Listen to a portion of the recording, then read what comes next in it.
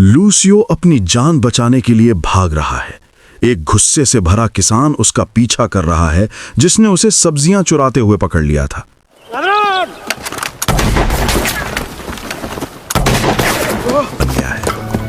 उस रात उसके पिता की हालत और बिगड़ जाती है और वे आखिरकार मान लेते हैं कि अब वे दर्द से ज्यादा देर तक लड़ नहीं सकते। मरने से पहले वे लूसियो को एक भारी जिम्मेदारी सौंपते हैं। एकमात्र बेटे होने के नाते उसे अपनी बड़ी बहन की रक्षा करनी होगी। लूसियो पूरी रात जागता रहता है। उसके पिता की बातें उसके दिमाग में गूंजती रहती हैं। सुबह होते ही मजबूरी उस पर हावी हो जाती है और वो एक ऐसा फैसला लेता है जो उतना ही खतरनाक है जितना कि जरूरी। वो बैंक लूटने का फैसला करता है। यहीं से उसकी जिंदगी बदल जाती है। शुरुआत में वो सही तरीके से कोशिश करता है। वो बैंक कर्मचारी से पैसे उधार मांगता है, लेकिन जैसे ही उसे मना कर दिया जाता है, डर गुस्से में बदल जाता है और लूसियो चाकू निकाल लेता है।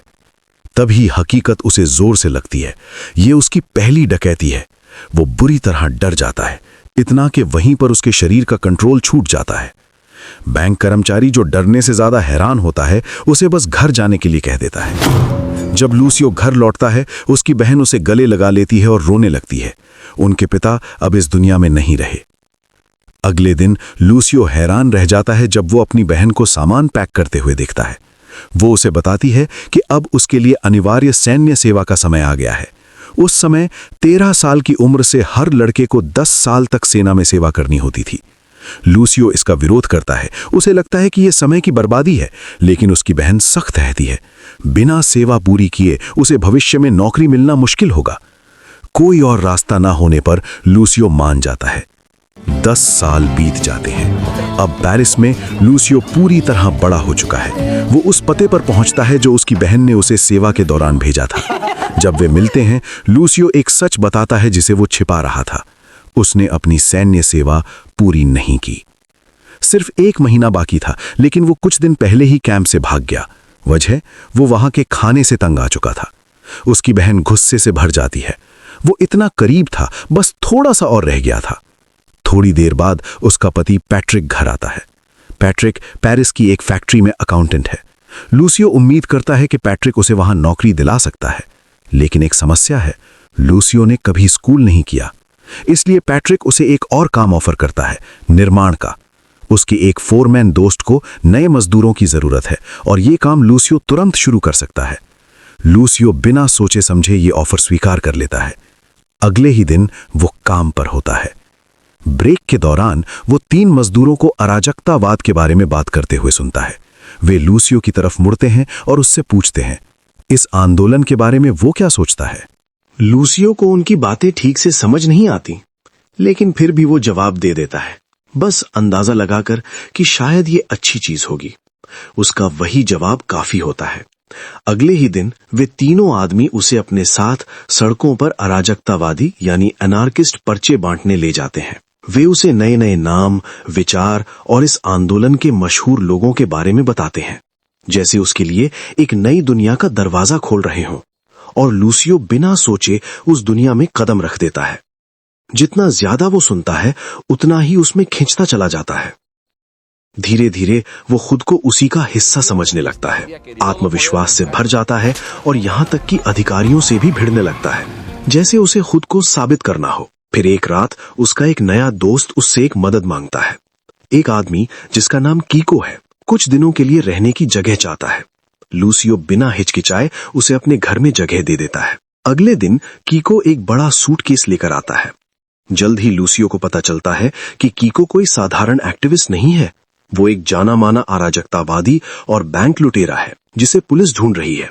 उस सूटकेस के अंदर हथियार होते हैं जो एक डकैती के लिए हैं। डरने की बजाय लूसियो प्रभावित हो जाता है। उसके लिए कीको एक बहादुर, निडर और ताकतवर इंसान जैसा लगता है। उसी रात कीको लूसियो को अगले दिन बैंक लूटने के लिए साथ चलने का ऑफर देता है। खतरे को पूरी तरह से समझे बिना लूसियो हां कर देता है। अगली दोपहर दोनों अपनी चाल चलते हैं, लेकिन जैसे ही वे बैंक के अंदर कदम रखते हैं, लूसियो को 10 साल पहले की यादें घेर लेती हैं। फिर से घबराहट उस पर हावी हो जाती है और बिना जाने वो पहले की तरह खुद पर काबू खो देता है। कीको उसे जल्दी से संभालता है और समझाता है कि पहली डकैती में हर कोई नर्वस होता है। लूसियो खुद को संभालता है, जितना पैसा उठा सकता है उठाता है और दोनों पुलिस के आने से पहले ही वहां से भाग निकलते हैं।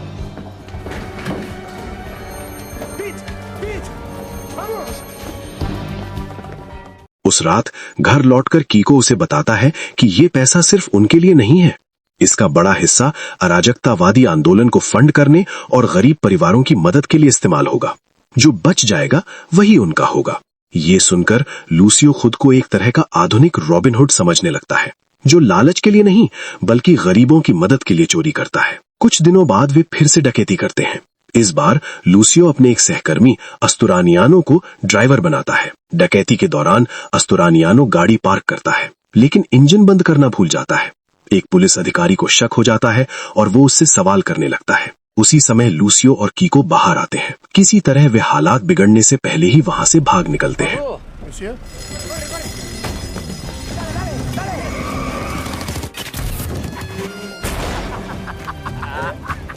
इस बीच एक पुलिस इंस्पेक्टर उस डकैती की जांच के लिए पहुंचता है। बैंक मैनेजर बताता है कि उसने लुटेरों का चेहरा नहीं देखा क्योंकि वो ढका हुआ था, लेकिन उसे साफ तौर पर स्पेनिश लहजे की आवाज याद है। ये बात सुनते ही इंस्पेक्टर को एक सुराग मिल जाता है। उसे इलाके के अराजकतावादी मजदूर समूह याद आते हैं, जिनमें से कई स्पेनिश हैं।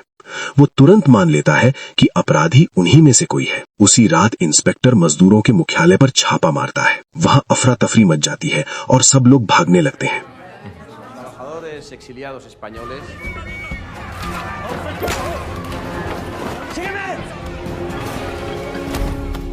कई लोग पकड़े जाते हैं, जिनमें लूसियो भी शामिल है। पुलिस स्टेशन में सभी मजदूरों को एक एक करके स्पेनिश टेक्स्ट पढ़ने के लिए मजबूर किया जाता है ताकि बैंक मैनेजर उनकी आवाज पहचान सके। जब लूसियो की बारी आती है तो मैनेजर कहता है कि उसकी आवाज लुटेरे से सबसे ज्यादा मिलती है। बिना समय गवाए इंस्पेक्टर लूसियो के घर की तलाशी लेने का आदेश देता है, लेकिन अंत में पुलिस को वहां कुछ भी नहीं मिलता। कोई सबूत न होने के कारण लूसियो को छोड़ दिया जाता है। उस घटना के बाद लूसियो फिर कभी कीको को नहीं देखता, जब तक कि एक रात अस्तुरानियानो उसे अखबार दिखाता है जिसमें खबर होती है कि कीको मारा गया है। ये सुनकर लूसियो टूट जाता है। अपने दोस्त की याद में दोनों फैसला करते हैं कि वे कीको के सपने को आगे बढ़ाएंगे, एक और बैंक लूटकर।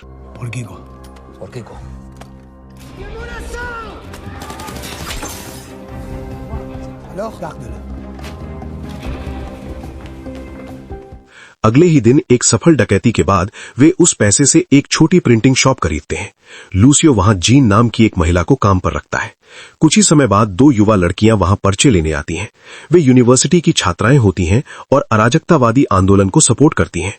उनमें से एक का नाम एन होता है।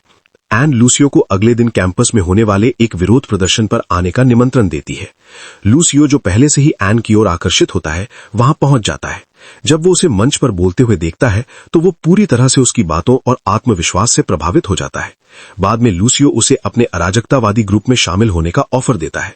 उसे लगता है कि एन की समझदारी और देश को बदलने का जज्बा उसके विचारों से पूरी तरह मेल खाता है। उनकी बातों के बीच अचानक हंगामा मच जाता है। लूसियो तुरंत एन को वहां से दूर ले जाता है, इससे पहले कि हालात और बिगड़े।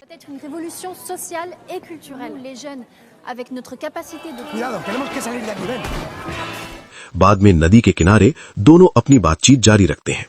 यहीं लूसियो सच बता देता है। वो मानता है कि वो एक अराजकतावादी समूह का हिस्सा है और बैंक लूटता है, लेकिन वो साफ करता है कि वो ये सब ऐश या मजे के लिए नहीं करता। ये पैसा उन लोगों की मदद के लिए इस्तेमाल होता है जो मुश्किल में है। ये सुनकर एन डरने की बजाय और ज्यादा उत्सुक हो जाती है। हफ्ते गुजरते हैं और दोनों के बीच का रिश्ता गहरा होता जाता है। आखिरकार वे एक कपल बन जाते हैं। एक दिन प्रिंटिंग शॉप में लूसियो, अस्तुरानियानो और जीन एक न्यूज रिपोर्ट देखते हैं जिसमें अमेरिका और क्यूबा के बीच बढ़ते तनाव की बात हो रही होती है। ये सुनकर लूसियो गुस्से से भर जाता है। उसे समझ नहीं आता कि एक ताकतवर पूंजीवादी देश एक गरीब देश क्यूबा के पीछे क्यों पड़ा है। जब वे क्यूबा की मदद करने के तरीकों पर बहस कर रहे होते हैं, तब जीन एक नया सुझाव देती है कि उनकी प्रिंटिंग शॉप का इस्तेमाल किसी बड़े काम के लिए किया जा सकता है। ये बात लूसियो के दिमाग में एक नई चिंगारी जला देती है। अगले ही दिन वो एन को अपने जीजा पैट्रिक से मिलवाने ले जाता है। वहां उन्हें पता चलता है कि पैट्रिक पिछले 2 महीने से बेरोजगार है। तभी लूसियो अपना प्लान बताता है। वो नकली अमेरिकी डॉलर छापना चाहता है। क्योंकि पैट्रिक एक अकाउंटेंट है और पैसों की समझ रखता है, लूसियो उसे अपने साथ जोड़ने का ऑफर देता है। पैसों की जरूरत और कोई दूसरा रास्ता न होने के कारण पैट्रिक बिना ज्यादा सोचे मान जाता है।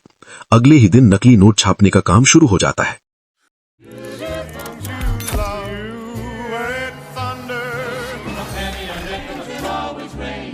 Solo un experto podría distinguirlos. Nous voulons laisser Saint-Germain. Nous voulons laisser... जब ये नकली पैसे बैंकों में बदलकर असली कैश में तब्दील किए जाते हैं तो लूसियो उस पैसे को अराजकतावादी आंदोलन से जुड़े गरीब परिवारों में बांट देता है। इसी बीच एन एक ऐसी खबर देती है जो सब कुछ बदल देती है। वह गर्भवती है। ये सुनकर लूसियो खुशी से भर जाता है। अगले दिन लूसियो क्यूबा के दूतावास जाता है। वहां वो अपना साहसी प्लान सामने रखता है, अमेरिका जैसे पूंजीवादी देश को कमजोर करने का। उसका मानना है कि पूंजीवादी सिस्टम में असली ताकत पैसे में होती है। अगर नकली डॉलर पूरी दुनिया में फैला दिए जाएं तो उसकी वैल्यू गिर जाएगी और अमेरिकी अर्थव्यवस्था संकट में आ जाएगी। क्यूबा दी एम्बेसडर उसकी इस सोच से प्रभावित होती है और उसकी मदद करने के लिए तैयार हो जाती है। वो लूसियो से कहती है कि वो अगले दिन एयरपोर्ट पर आए, जहां उसकी मुलाकात क्यूबा के प्रधानमंत्री से करवाई जाएगी। एयरपोर्ट पर लूसियो एक बार फिर अपना प्लान बताता है। प्रधानमंत्री उसकी तारीफ करते हैं, लेकिन साथ ही ये भी याद दिलाते हैं कि अमेरिका अभी भी एक बहुत बड़ी ताकत है। प्रधानमंत्री की सावधानी भरी प्रतिक्रिया से लूसियो निराश हो जाता है। जैसे ही वो बाहर निकलकर घर जाने वाला होता है, तभी एन घबराई हुई उसकी तरफ दौड़ती हुई आती है। वो बताती है कि उनका प्लान उजागर हो चुका है। इंस्पेक्टर और उसकी टीम अब लूसियो की तलाश में है। बचने के लिए लूसियो सड़क पर पैसे फेंक देता है, जिससे लोग उन पे टूट पड़ते हैं और अफरा तफरी मच जाती है। उन्हें भागने का मौका मिल जाता है, लेकिन किस्मत ज्यादा देर साथ नहीं देती। लूसियो पकड़ा जाता है और उसे जेल भेज दिया जाता है। Alguien se ha ido de la lengua. Le voilà. कई महीनों बाद वो आखिरकार रिहा होता है। खुशी से भरा हुआ वो सीधे एन के पास भागता है, जो उनकी बेटी को जन्म दे चुकी होती है। 8 साल बीत जाते हैं। रिहाई के बाद से लूसियो एक कंस्ट्रक्शन मजदूर के रूप में काम कर रहा होता है। इन 8 सालों में वो पूरी तरह सीधा रास्ता अपनाता है। न कोई बैंक डकैती, न ही नकली पैसे छापना। एक दिन उसका फोरमैन उसे पेमेंट चेक के रूप में देता है। लूसियो, जिसने पहले कभी चेक नहीं देखा, उसे हैरानी से घूरता है। जब उसे बताया जाता है कि इस चेक को बैंक में कैश कराया जा सकता है, तो वो सावधानी से उसे रख लेता है। काम के बाद लूसियो एन और अपनी छोटी बेटी को स्कूल से लेने जाता है। अब तक लूसियो और एन शादी कर चुके होते हैं और एन अपना समय एक टीचर के रूप में वॉलंटियर करके बिताती है। उस दिन दोपहर में जब लूसियो सुपरमार्केट में खरीदारी कर रहा होता है, उसे एहसास होता है कि उसके पास पर्याप्त कैश नहीं है। तभी कैशियर उसके वॉलेट में रखा चेक देखकर बताता है कि इससे भी पेमेंट की जा सकती है। जैसे ही लूसियो देखता है कि चेक इस्तेमाल करना कितना आसान है, उसके अंदर 8 साल से सोई हुई अपराधी सोच धीरे धीरे जागने लगती है। उसी रात प्रिंटिंग शॉप में लूसियो जीन, पैट्रिक और ऑरोरा नियानो को इकट्ठा करता है। वहां वो अपना नया प्लान बताता है। वो चाहता है कि वे फिर से पहले जैसा काम शुरू करें, लेकिन इस बार एक नए तरीके से। इस बार वे नकली पैसे नहीं, बल्कि अमेरिका के सबसे बड़े इंटरनेशनल बैंक के नकली चेक बनाएंगे। लूसियो का मानना है कि चेक की सिक्योरिटी कमजोर होती है, इसलिए उन्हें नकली बनाना आसान होगा और सरकारी दस्तावेजों की तुलना में इसकी सजा भी कम होती है। सब इस आइडिया से सहमत हो जाते हैं। अगले ही दिन वे नकली चेक बनाना शुरू कर देते हैं। कई बार असफल होने के बाद आखिरकार वे ऐसे चेक बनाने में सफल हो जाते हैं जो असली जैसे ही दिखते हैं। अगली दोपहर लूसियो खुद एक बैंक में जाकर चेक को टेस्ट करता है और जैसा उसने सोचा था, चेक बिना किसी परेशानी के कैश हो जाता है। फिर भी लूसियो जल्दबाज नहीं करता। शक से बचने के लिए वो उसी रात अराजकतावादी ग्रुप के लोगों को इकट्ठा करता है और उनसे कहता है कि वे फ्रांस के अलग अलग शहरों में जाकर चेक कैश करें। इससे पुलिस के लिए उन्हें ट्रेस करना बहुत मुश्किल हो जाएगा। वो ये भी कहता है कि सभी लोग एक ही समय पर चेक कैश करें। कुछ दिनों बाद प्लान पूरी तरह सफल दिखता है। जब पैसा इकट्ठा हो जाता है तो उसे पहले की तरह बांट दिया जाता है। कुछ हिस्सा विरोध प्रदर्शनों के लिए, कुछ गरीब परिवारों की मदद के लिए और बाकी उनके ग्रुप के लिए। हफ्ते गुजरते हैं और फिर एक दिन नकली चेक का राज खुल जाता है। अमेरिकन इंटरनेशनल बैंक का एक मैनेजर, जिसका नाम बैरो होता है, इस केस की रिपोर्ट करने के लिए फ्रेंच पुलिस के पास आता है। घमंडी और तंज भरे लहजे में बैरो फ्रेंच पुलिस का मजाक उड़ाता है कि वो बहुत धीमे हैं। इंस्पेक्टर उसे भरोसा दिलाता है कि चिंता की कोई बात नहीं है, उसे पहले से ही शक है कि अपराधी कौन है और वो इस केस को जल्दी सुलझा देगा। अगले दिन जब लूसियो अपनी पत्नी और बेटी को लेने जाता है, तभी इंस्पेक्टर उसके पास आता है। वो एक नकली चेक दिखाकर सीधे लूसियो से सवाल करता है, लूसियो पूरी तरह शांत रहता है। वो कहता है कि उसे इस बारे में कुछ नहीं पता। वो दावा करता है कि पिछले 8 सालों से वो ईमानदारी से जी रहा है और अब सिर्फ एक कंस्ट्रक्शन वर्कर है। ये कहकर वो वहां से चला जाता है। घर पहुंचने के बाद एन ये सब सुनकर गुस्से से भर जाती है। एन को यकीन ही नहीं होता कि लूसियो बिना बताए फिर से अपराध की दुनिया में लौट आया। लूसियो चाहे जितना समझाने की कोशिश करे, एन मानने को तैयार नहीं होती। उसके लिए दुनिया बदलने का मतलब कानून तोड़ना नहीं है। फिर वो एक और बात बताती है। उसे बोलिविया में नर्स के रूप में वॉलंटियर काम का ऑफर मिला है। अगर लूसियो उसके साथ जाए तो अपनी कंस्ट्रक्शन स्किल से वहां गरीब लोगों के लिए ढांचा यानी इंफ्रास्ट्रक्चर बनाने में मदद कर सकता है। लेकिन एन जितनी भी कोशिश कर ले, लूसियो मना कर देता है। आखिरकार मजबूरी में एन उसे धमकी देती है कि वो अपनी बेटी को लेकर अकेले ही बोलिविया चली जाएगी। फिर भी लूसियो नहीं मानता। अगली रात लूसियो, जीन, पैट्रिक और अटोरियानियानो प्रिंटिंग शॉप में इकट्ठा होते हैं। तभी उन्हें रेडियो पर खबर मिलती है कि अगले दिन से फ्रांस के सभी बैंक एक व्यक्ति का सिर्फ एक ही चेक प्रतिदिन कैश करेंगे। इस नए नियम के बाद जीन कहती है कि अब रुक जाना ही सही होगा। अगर लूसियो आगे बढ़ता रहा तो बाकी अराजकतावादी सदस्य भी फंस सकते हैं। वो सुझाव देती है कि सारे नकली चेक विदेश में बेच दिए जाएं। ये बात सुनकर लूसियो को जेल में मिला एक आदमी याद आता है, चार्ली। लूसियो तय करता है कि वो चार्ली से संपर्क करेगा और किसी विदेशी खरीदार को ढूंढने में उसकी मदद लेगा। अगले दिन वो चार्ली से मिलता है, पूरी बात समझाता है और एक डील तय करता है। कुछ दिनों बाद चार्ली एक खरीदार ढूंढ लेता है। लूसियो और ओटोरियानो उससे मिलने जाते हैं। खरीदार एक अमेरिकी होता है जिसका नाम टोनी है। वो नकली चेक के बदले $1 मिलियन देने की बात करता है, लेकिन वो पैसे तैयार करने के लिए 2 दिन का समय मांगता है। उसी समय लूसियो के दिमाग में एक नया प्लान आता है, अपना हर सबूत मिटाने का। वो चेक बेच देगा और फिर एन के साथ बोलिविया चला जाएगा। एक बार वो गायब हो गया तो पुलिस उसे कभी नहीं ढूंढ पाएगी। लूसियो टोनी से कहता है कि डील 2 दिन बाद दोपहर 1 बजे एक रेस्टोरेंट में होगी। उस रात जब लूसियो घर लौटता है तो वो हैरान रह जाता है। उसकी बहन पैट्रिक और जीन पहले से ही उसके घर पर मौजूद होते हैं। वे उसे चेतावनी देने आए होते हैं। पिछले 3 दिनों से पुलिस उनका पीछा कर रही है और उन्हें पूरा यकीन है कि पुलिस को उसके प्लान के बारे में पता चल चुका है। घर में माहौल गर्म हो जाता है। उसकी बहन गुस्से में है कि लूसियो ने उसके पति को इस अपराध की दुनिया में घसीट लिया। जीन, जो जेल जाने के डर से कांप रही है, साफ कह देती है कि वो अब ये सब छोड़ रही है। उसे इस सब में कोई हिस्सा नहीं चाहिए। एन कुछ नहीं कहती। वो लूसियो की जिद और उसके स्वार्थी फैसलों से पूरी तरह थक चुकी है। 2 दिन बाद डील का दिन आ जाता है। अपने अपार्टमेंट की खिड़की से लूसियो देखता है कि पुलिस की गाड़ियां बाहर नजर रख रही हैं। वो एन से कहता है कि वो पुलिस का ध्यान भटकाने में उसकी मदद करे, लेकिन एन मना कर देती है। इसके बजाय वो उसे एक प्लेन टिकट देती है जो उसने सिर्फ उसके लिए खरीदी थी और उसे अलविदा कह देती है। सड़क पर लूसियो जानबूझकर हंगामा खड़ा करता है ताकि पुलिस का ध्यान भटक जाए। जैसे ही वो रेस्टोरेंट पहुंचता है, ओटोरियानो पहले से वहां मौजूद होता है। थोड़ी ही देर में टोनी भी आ जाता है।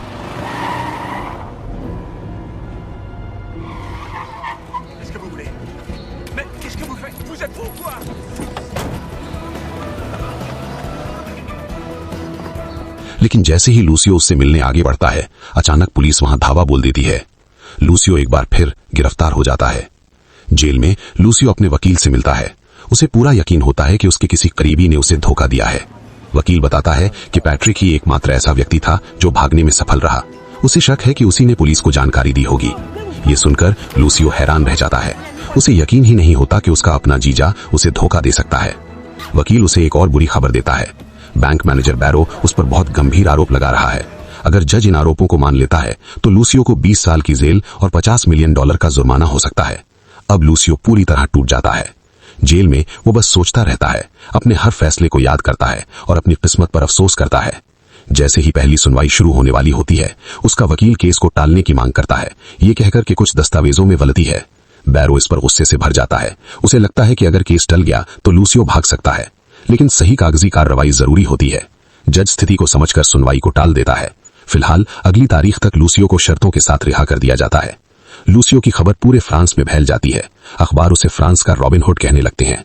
जब बैरो ये पढ़ता है तो वो गुस्से से भर जाता है। उसे बर्दाश्त नहीं होता कि एक ठग को जनता हीरो बना रही है। वो इंस्पेक्टर पर दबाव डालता है कि लूसियो को सख्त से सख्त सजा दिलाई जाए, लेकिन इंस्पेक्टर मना कर देता है। कोर्ट में मामला जाने के बाद पुलिस का कोई अधिकार नहीं रहता। अगले दिन नई जानकारी मिलने के बाद लूसियो एक बार में पैट्रिक से मिलता है। गुस्से में भरा हुआ लूसियो उससे सवाल करता है। उसे पूरा यकीन होता है कि उसी ने धोखा दिया, लेकिन पैट्रिक बताता है कि उसने ऐसा कुछ नहीं किया। डील से एक दिन पहले पुलिस उसके पास आई थी और जानकारी के बदले पैसे ऑफर किए थे, लेकिन उसने मना कर दिया। डर के कारण वो अपनी पत्नी को लेकर शहर छोड़ गया था जब तक हालात शांत नहीं हो गए। ये सुनकर लूसियो चुप हो जाता है। उसे एहसास होता है कि उसका शक गलत था, लेकिन फिर सवाल उठता है, अगर पैट्रिक नहीं तो उसे धोखा किसने दिया। उसी रात लूसियो का वकील नई जांच की जानकारी लेकर आता है। सच सामने आता है, पैट्रिक बेगुनाह था। असली गद्दार चार्ली था, जिसे वे खरीदार समझ रहे थे। टोनी असल में एक अंडरकवर एजेंट था जो अमेरिकी कानून एजेंसियों के साथ काम कर रहा था। चार्ली और टोनी ने मिलकर लूसियो को फंसाने के लिए ये पूरा जाल बिछाया था। वकील ये भी बताता है कि अब सारे दस्तावेज पूरे हो चुके हैं और जल्द ही मुकदमा फिर से शुरू होगा। ये सुनकर लूसियो एक बार फिर निराशा में डूब जाता है। पूरी रात उसे नींद नहीं आती। वो बस यही सोचता रहता है कि इस मुसीबत से कैसे निकला जाए। तभी अचानक एक फोन कॉल आता है जिसमें उसे धमकी दी जाती है कि अगर उसने सरेंडर नहीं किया तो उसे मार दिया जाएगा। लूसियो सीधे इंस्पेक्टर के पास जाता है और इस धमकी की शिकायत करता है। उसे पूरा यकीन होता है कि इसके पीछे बैरो का हाथ है, लेकिन बिना किसी ठोस सबूत के इंस्पेक्टर कुछ नहीं कर सकता। फिर भी वो मानता है कि उसे भी बैरो पसंद नहीं है और इस बार वो चुपचाप लूसियो का साथ देने को तैयार है। इस सहारे के साथ लूसियो तुरंत कब्रिस्तान पहुंचता है जहां उसने पहले नकली चेक बनाने की प्लेट्स छुपाई थीं। वो खुद को मजबूत करता है और बैरो की चुनौती का सीधा सामना करने का फैसला करता है। उसी रात लूसियो जितने ज्यादा हो सके उतने नकली चेक छापता है और उन्हें अपने सभी अराजकतावादी साथियों में बांट देता है। वो उन्हें निर्देश देता है कि वे इन नकली चेक्स को फ्रांस में आए विदेशी टूरिस्ट्स को बेचें। इस तरह ये नकली चेक पूरी दुनिया में फैल जाएंगे और अमेरिकी इंटरनेशनल बैंकिंग सिस्टम में हड़कंप मच जाएगा। कुछ ही दिनों में प्लान काम करने लगता है। जब अभी भी बैरो फ्रांस में लूसियो के केस में उलझा होता है, तभी उसे अपने उच्च अधिकारियों का फोन आता है। वे बताते हैं कि अब नकली चेक जर्मनी, नीदरलैंड्स और कई अन्य देशों में भी सामने आ चुके हैं। बैरो तुरंत समझ जाता है ये सब लूसियो का ही काम है।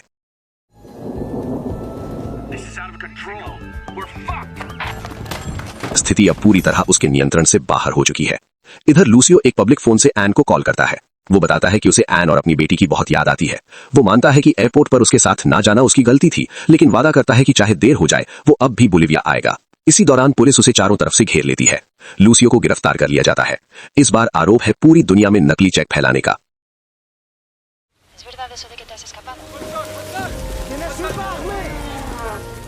पुलिस स्टेशन में लूसियो फिर से बैरो से मिलता है। इस बार वो पूरी तरह शांत और आत्मविश्वासी होता है। वो साफ कह देता है कि अब जीत उसी की है। वो बैरो के सामने एक डील रखता है। लूसियो सभी नकली चेक बनाने वाली प्लेट सौंप देगा ताकि आगे कभी नए नकली चेक न बन सकें, लेकिन बदले में बैरो को सारे केस वापस लेने होंगे और उसे मुआवजा भी देना होगा। वो कहता है कि तुरंत जवाब देने की जरूरत नहीं है। अगर बैरो मना करता है और लूसियो जेल चला जाता है तो भी अमेरिकी बैंक रोज नुकसान उठाते रहेंगे, क्योंकि नकली चेक पहले ही दुनिया भर में फैल चुके हैं। ये सुनकर बैरो का गुस्सा शांत हो जाता है। अब उसके पास कोई और रास्ता नहीं बचता, उसे ये डील माननी पड़ती है। अगले दिन लूसियो और बैरो एक होटल में मिलते हैं। बैरो नकली चेक प्लेट्स अपने कब्जे में ले लेता है और ये सुनिश्चित करना चाहता है कि लूसियो भविष्य में कभी भी नए नकली चेक नहीं बनाएगा। लूसियो वादा तो करता है, लेकिन कोई गारंटी नहीं देता। बैरो मजबूर होकर उसकी बात पर भरोसा कर लेता है। मीटिंग के बाद होटल की लॉबी में जीन और ओरियानो उसका इंतजार कर रहे होते हैं। जैसे ही उन्हें पता चलता है कि लूसियो अब आजाद है और उसके पास अच्छी खासी रकम भी है, वे खुशी से झूम उठते हैं। कुछ दिनों बाद अपने वादे के मुताबिक लूसियो आखिरकार बोलिविया पहुंच जाता है। जब एन उसे वहां आते हुए देखती है तो उसकी खुशी का ठिकाना नहीं रहता। लूसियो जानता है कि फ्रांस में उसका अराजकतावादी ग्रुप अब खत्म हो चुका है, लेकिन उसकी लड़ाई अभी खत्म नहीं हुई है। अब वो एक नई जगह से नए तरीके से अपनी लड़ाई जारी रखेगा। तो इस कहानी का मजेदार सबक ये है, अगर तुम जल्दी घबरा जाते हो तो कभी बैंक लूटने की कोशिश मत करना, कभी चेक को हाथ मत लगाना, और सबसे जरूरी, कैपिटलिज्म को सुधारने से पहले सुपरमार्केट कैसे काम करता है ये जरूर सीख लेना।